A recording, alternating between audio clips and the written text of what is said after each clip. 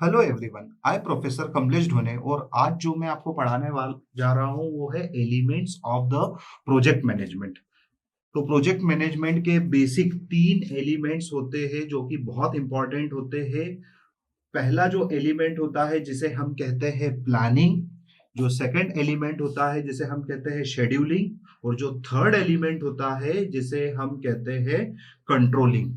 ये तीनों बहुत ही इंपॉर्टेंट की फैक्टर है, प्रोजेक्ट मैनेजमेंट के बहुत इंपॉर्टेंट एलिमेंट्स है। कोई भी प्रोजेक्ट ये 3 लाइनों के बगैर कंप्लीट नहीं हो सकता है।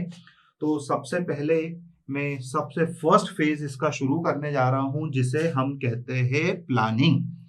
प्लानिंग एक फर्स्ट फेज है किसी भी प्रोजेक्ट का। In planning phase plan is made. सबसे पहले तो हमें एक प्लान बनाना पड़ेगा और उसके साथ साथ कुछ स्ट्रेटेजीज बनाना पड़ेगी। ठीक है, कई कंपनीज जो रहती है, कोई भी कंपनीज अपनी पॉलिसीज रखती है कि नहीं, वो प्लानिंग के अंतर्गत ही रखती है।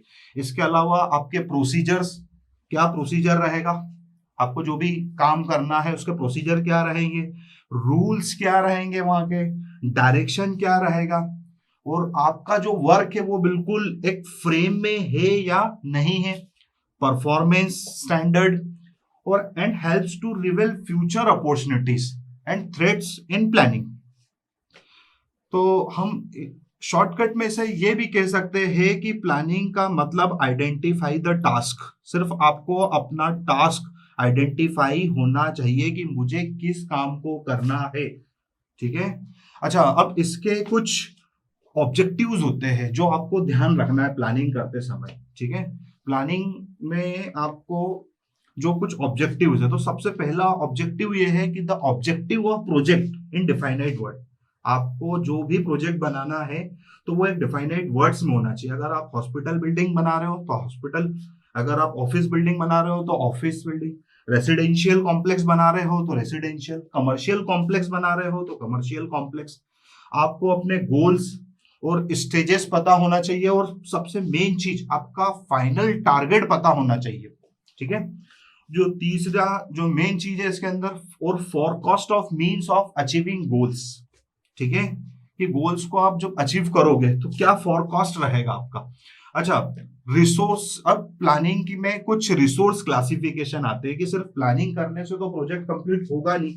प्रोजेक्ट को कंप्लीट करने के लिए बेसिकली 5 मेन चीजों की जरूरत होती है। तो सबसे पहली जो चीज है जिसे हम कहते हैं मेन पावर। कोई भी प्रोजेक्ट, भले वो रोड का हो, ब्रिज का हो, डैम का हो, कैनाल का हो, बिना मेन पावर के पूरा नहीं हो सकता है। आपको मेन पावर मस्ट चाहिए बिल्कुल। ठीक है, और इनको ऑपरेट करने के लिए साइट सुपरवाइजर, कॉन्ट्रैक्टर, ठीक है, जैसे junior engineer, assistant engineer, chief executive engineer, superintendent engineer, chief engineer. ठीक है, तो वैसे तो मेन पावर को बिल्कुल, ये तो मैंने आप लोगों को एक वो बताया है और उससे मैं आगे और आगे की यूनिट्स में और अच्छे से क्लियरिफाई करूंगा सारी पोस्टें। ठीक है, तो मेन पावर को ही हम लेबर कहते हैं। बिना इनके कोई भी प्रोजेक्ट कंप्लीट होना पॉसिबल ही नहीं है। जो सेकंड मेन चीज है वो है मटेरियल। ठीक है, ब्रिक, अब जैसे सिविल इंजीनियरिंग में हमें कुछ अलग अलग टाइप्स के मटेरियल की जरूरत लगती है, जैसे ब्रिक्स हो गया, सीमेंट हो गया, सैंड हो गया, एग्रीगेट हो गया, इसके बाद स्टील हो गया। ठीक है, और भी सिविल इंजीनियरिंग में बहुत सारे मटेरियल यूज होते हैं। तो जो सेकंड जो चीज है वो थी मटेरियल। थर्ड जो चीज है मशीनरी। कोई भी सिविल इंजीनियरिंग का प्रोजेक्ट बिना मशीनरी के कंप्लीट नहीं हो सकता है, भले वो एक्सकेवेटिंग मशीन हो। ठीक है, और ये जो मशीन वाला जो पार्ट है मैं आगे की यूनिट्स में आपको और अच्छे से बताऊंगा।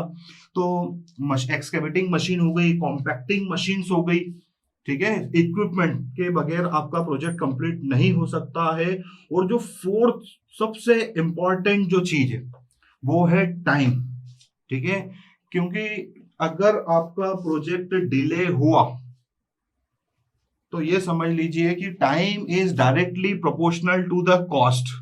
सीधी सी बात है कि आपके प्रोजेक्ट की कॉस्ट बढ़ जाएगी। जैसे एक पावर प्लांट सपोज अगर 1 साल में बनना चाहिए, 12 मंथ उसकी लिमिट है, और अगर वो अपने मतलब टारगेट लिमिट से 6 महीने अगर डिले हो गया तो क्या होगा, क्योंकि उस पावर प्लांट में इलेक्ट्रिसिटी का प्रोडक्शन होने वाला था, तो वो प्रोडक्शन 6 महीने लेट शुरू होगा, तो उसके हिसाब से करोड़ों रुपए का लॉस हो जाएगा। तो कोई भी project with in time complete होना चाहिए, ये तो मैंने सबसे शुरुआत में ही बताया था। और 5th नंबर की जो सबसे इंपॉर्टेंट एस्पेक्ट है मनी, मैंने यहाँ बता दिया है, time is directly proportional to the cost. ठीक है, तो ये जो सारे है, ये सारे प्लानिंग के बाद आने वाले रिसोर्सेस है। कि सपोज अगर मुझे कहीं पर फॉरेन जाना है तो मैंने प्लानिंग कर ली, तो प्लानिंग के बाद मुझे, जब अगर मान लो सिर्फ प्लानिंग से तो मैं फॉरेन पहुंच नहीं जाऊंगा, मुझे वहां तक पहुंचने के लिए टिकट लेना पड़ेगा, फ्लाइट का टिकट लेना पड़ेगा, तो टिकट के लिए मुझे क्या लगेगा, पैसा। ठीक है, तो ये इनके बगैर आपकी प्लानिंग कंप्लीट नहीं हो सकती है। ये सारे प्लानिंग के मेन रिसोर्स क्लासिफिकेशन है। तो हमारा प्रोजेक्ट एलिमेंट्स का जो सेकंड जो एलिमेंट है प्रोजेक्ट मैनेजमेंट का, वो है scheduling. Scheduling in the sense it is the allocation of resources. ठीक है, resources is a conceptual sense are time and energy, but in practical sense are the time, manpower, equipment applied to the material. And scheduling is the process of formalizing the planned function, assigning the starting and completion date to each activity, which proceed in a logical sequence and in an orderly and systematic manner. Scheduling के लिए तो मैं आप लोगों को और इसके बारे में ब्रीफ में समझाता हूं कि आपको अलोकेट रिसोर्सेस करना है। जैसे सपोज आप कोई घर बना रहे हैं, तो घर बनाने के लिए आपने प्लानिंग तो कर ली, प्लानिंग के बाद जब आप शेड्यूलिंग कर रहे हैं, तो शेड्यूलिंग में जैसे आपने क्या करा, हर एक्टिविटी को, जैसे आपके घर में एक्सकेवेशन करने में जो भी लेबर आएगी, आपने उन लेबर को हायर कर लिया है, आपने किसी कॉन्ट्रैक्टर को हायर कर लिया, कॉन्ट्रैक्टर को ये बता दिया है कि आपको एक्सकेवेट करना है, आपने कंक्रीटिंग के लिए कोई एक टीम हायर कर ली, आपने फॉर्मवर्क के लिए कोई एक टीम हायर कर ली है, आपने मटेरियल को ऑर्डर दे दिया है कि मुझे ब्रिक यहाँ से लेना है, सीमेंट यहाँ से लेना है, कुछ कुछ उनको एडवांस पेमेंट भी दे दिया है। तो ये जो एलिमेंट है, ये है होता है शेड्यूलिंग के अंतर्गत। ठीक है, अब जो हम नेक्स्ट एलिमेंट्स की तरफ जो बढ़ रहे हैं, उसे हम कहते हैं कंट्रोलिंग। जो हमारा नेक्स्ट एलिमेंट है उसे हम कहते हैं कंट्रोलिंग। कंट्रोलिंग सबसे इंपॉर्टेंट एस्पेक्ट है प्रोजेक्ट मैनेजमेंट का। ठीक है, जो सबसे इंपॉर्टेंट एलिमेंट अगर कोई है तो वो है कंट्रोलिंग। और कंट्रोलिंग का कुछ भी मीनिंग नहीं होता है, सिर्फ execute the planning and scheduling. Planning और शेड्यूलिंग को जो एग्जीक्यूट करना है, उसी फिनोमिना को, उसी फंडामेंटल को हम कंट्रोलिंग कहते हैं। The phase is carried during the execution of the project.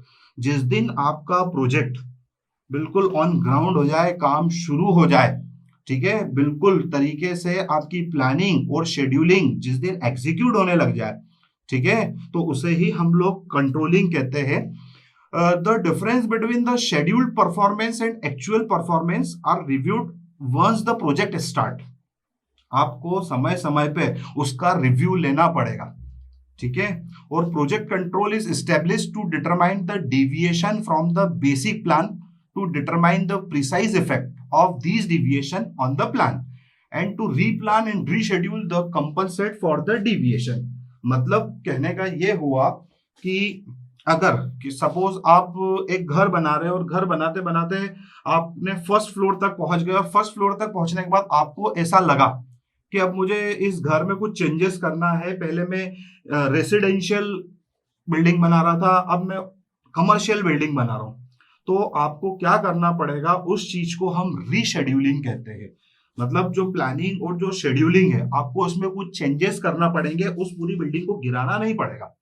ठीक है, और आपको कंट्रोलिंग में हर चीज की मॉनिटर करना कि बिल्कुल काम एज पर ड्राइंग हो रहा है कि नहीं, एज पर लेवल हो रहा है कि नहीं। ठीक है, जो साइज, जो मतलब कॉन्ट्रैक्टर बिल्कुल जो आपकी रिक्वायरमेंट है उसको फुलफिल कर रहा है कि नहीं, क्लास ए कैटेगरी का मटेरियल यूज कर रहा है या नहीं।